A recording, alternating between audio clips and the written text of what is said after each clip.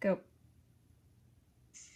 Hey everybody, this is Michelle and Deanna. This is our October workshop presentation on the examination and treatment of Achilles tendonitis and tendinosis.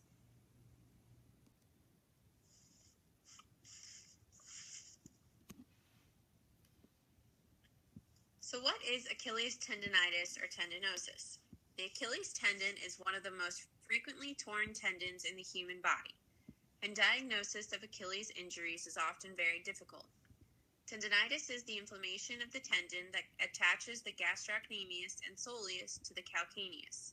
This inflammation could be caused by injury or disease or repetitive use, and it can cause significant discomfort and pain. Athletes will present with pain around the heel, particularly on or behind the tendon, but it may be difficult for the athlete to pinpoint one specific site. There are two distinct types of Achilles tendinopathies, insertional and non-insertional. Insertional tendinitis is inflammation at the direct site of attachment of that tendon to the calcaneus. The fibers of the tendon have sustained some sort of damage and have begun to harden or calcify. This type of tendinitis may be accompanied with bone spurs at the attachment site.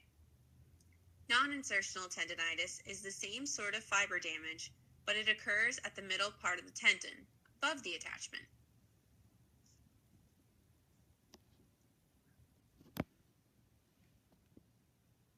The image on the left is an example of what you may see with insertional tendinitis. The swelling and thickening is localized around the distal attachment of the gastrocnemius tendon.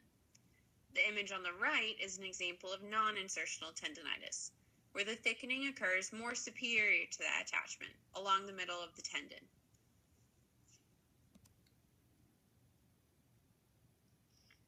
How to examine Achilles tendinitis?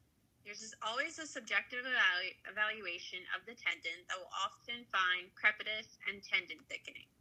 The patient will present with pain with a single leg heel raise. There will also be a negative Thompson test.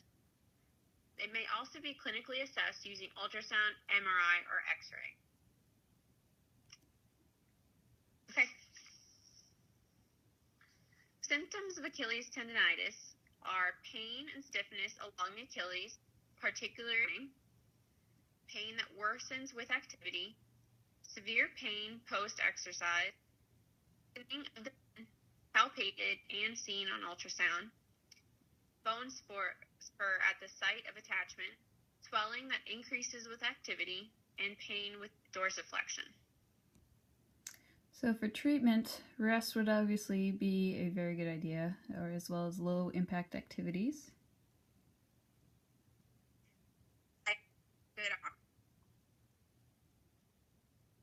Deanna is coming in a little bit choppy, so ice is also a very good option, as well as NSAIDs. Stretching has also been used both eccentrically and concentrically. As well as eccentric and concentric strengthening, which we'll go into a little bit more detail in the next few slides. Platelet-rich plasma injections is a newer treatment method that will also be going over in a little bit. And cortisone injections, which has little evidence supporting effectiveness, but it's still an option. And an extreme measure that isn't used as often is surgery. They can do gastrocnemius lengthening, where they lengthen the muscle to release some of the tendon. This can be done with or without early on, and it only happens in the extreme cases. So there have been many studies done researching various methods to treat lower extremity tendinoses, including physical therapy, eccentric strengthening, concentric strengthening, platelet-rich plasma injections, use of night splints, use of heel lifts.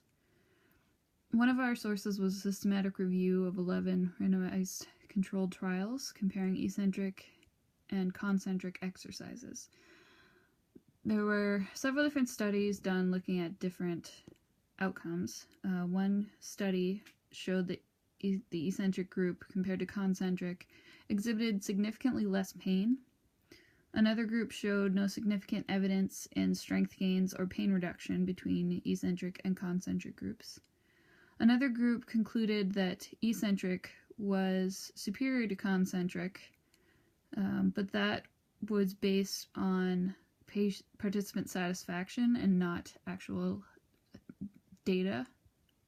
The numbers didn't show any significant difference. That was based wholly on participant satisfaction.